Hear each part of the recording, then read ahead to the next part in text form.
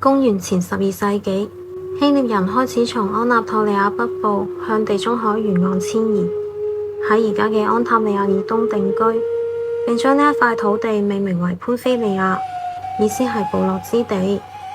其後佢哋喺呢度建起4座城市：佩爾蓋、西隆、阿斯潘多斯同西代。今日我哋報咗一個安塔利亞當地嘅一日遊旅行團，喺斷壁殘垣之間，想像超過2000年前嘅輝煌。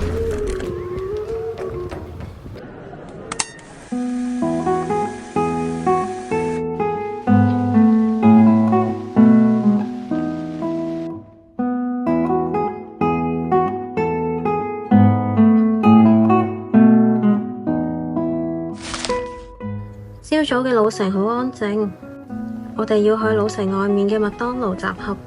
本來以為可以睇下土耳其嘅麥當勞有冇咩地區限定嘅美食，點知要10點先開門，唯有周圍行下，好彩有早餐檔啫。上車咯！今日嘅芝麻圈有芝士。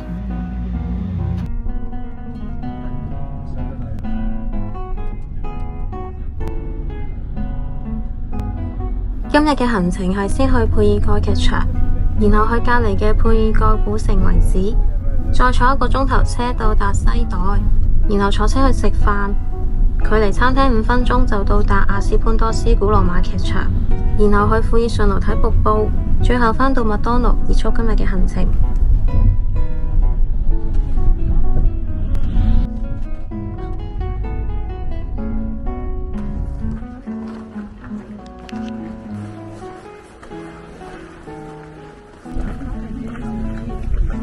佩爾蓋劇場從公元前1世紀開始興建，用大理石精心雕刻砌成。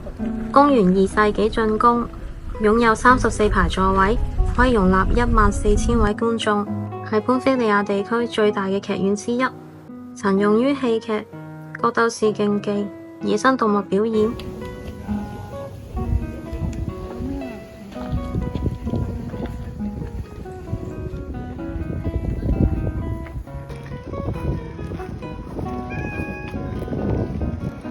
隔籬就係佩爾蓋古城遺址。導遊爺爺話呢度嘅博物館商店礦泉水要17里拉1樽，除咗書之外呢都唔建議買。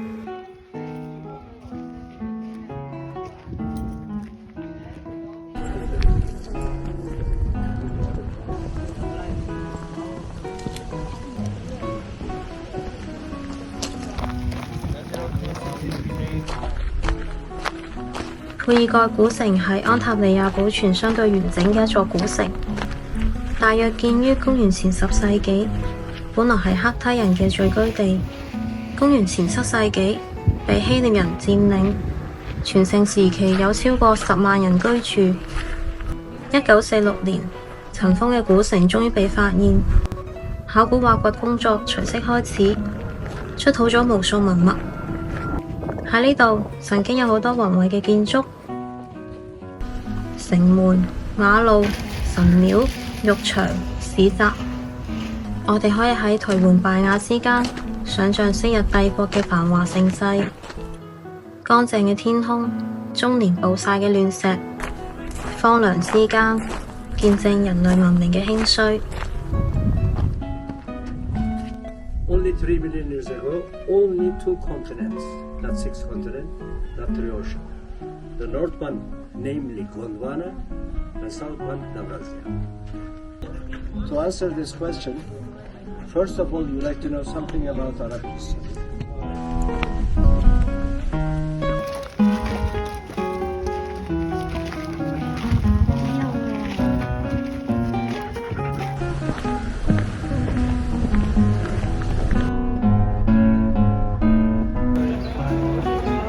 去西代呢，要坐呢種接駁巴士，好逼啊！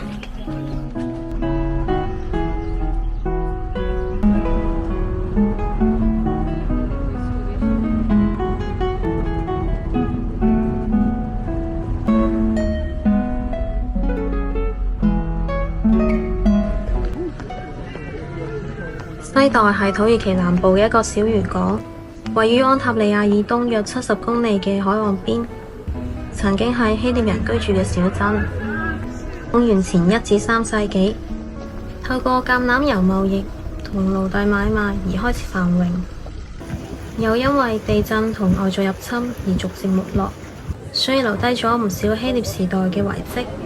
呢度嘅景色同食物亦都更加接近希臘嘅風格。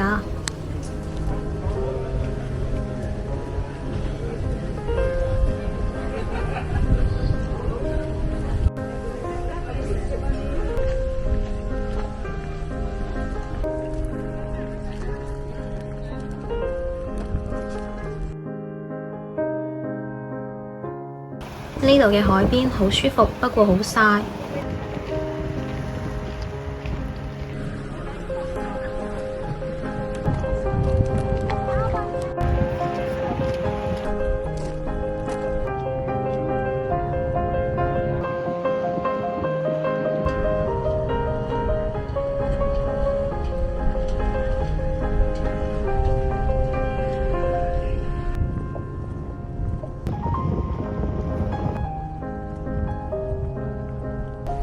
如果唔係因為跟團有包餐，我都想試下呢度嘅海邊餐廳啊！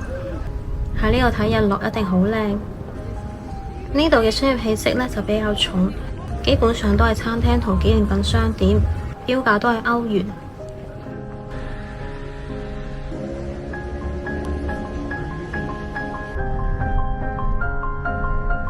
終於到河邊餐廳啦，有半個鐘頭嘅食飯時間。選擇呢就有魚、肉丸、雞肉、肉丸加雞肉或者素食。飲品呢就要另外收費啦。等上菜嘅時候可以食自助嘅食物先。不過除咗芝士卷之外呢，其他都係凍嘅，都唔好食。嚟咗土耳其幾日，已經習慣晒啲乾爭爭麵包仔啦。呢兩個餐都麻麻地，不過景色都唔錯喎。坐5分鐘車就到阿斯潘多斯古羅馬劇場啦。有半個鐘嘅遊覽時間。阿斯潘多斯古羅馬劇場可能係世界上保存最完整嘅古羅馬劇場，建於公元前2世紀。線形嘅設計有助於聲音傳遞，有天然嘅環形劇場聲音效果。觀眾席最多可以容納12000名觀眾，分為上下2個區域，中間有一條中央走道。觀眾席下方嘅窿係動物專區。如果表演有鬥獸嘅環節，動物就會從兩邊出嚟。時至今日，每年嘅安塔利亞歌劇芭蕾藝術節依然會喺呢度舉辦。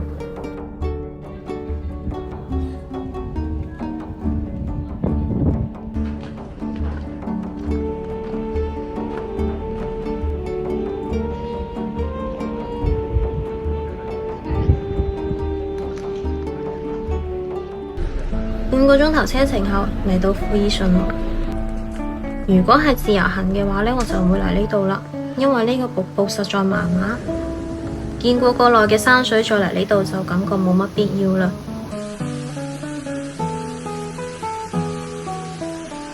而安塔利亞嘅杜登瀑布應該更加值得一看。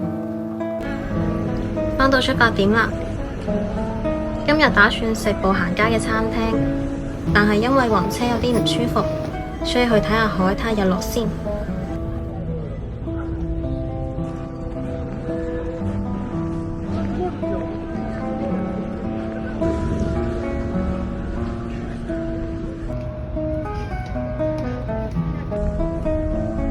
嗰邊就係以弗里尖塔清真寺，係安塔利亞嘅象徵。呢度就係羅馬海港玻璃電梯上嚟嘅地方，可以俯瞰成個老城。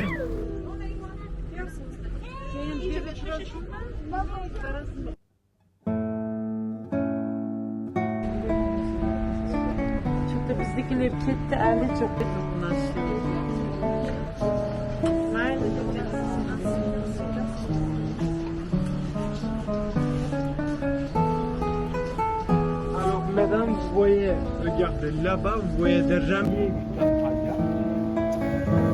C'est son croisière touristique aujourd'hui. Et là-bas, on voit la Tahne, les montagnes Taurus. Et cette des bâtiments nécessaires. C'est-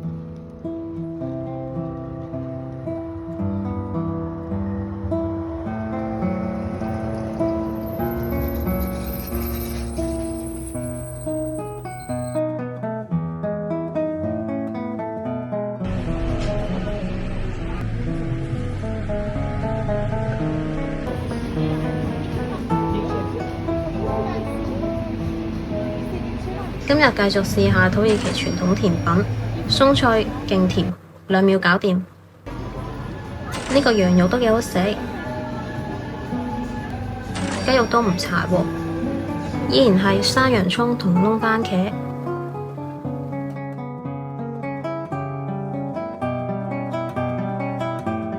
瞓醒就要離開安塔利亞飛伊斯坦堡，準備返屋企啦！全世界早唞。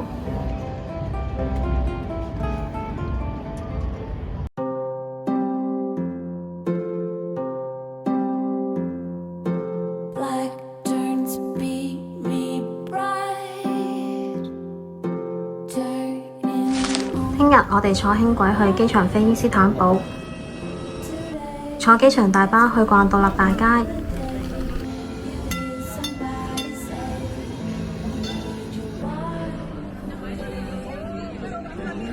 去博斯普魯斯海峽睇日落，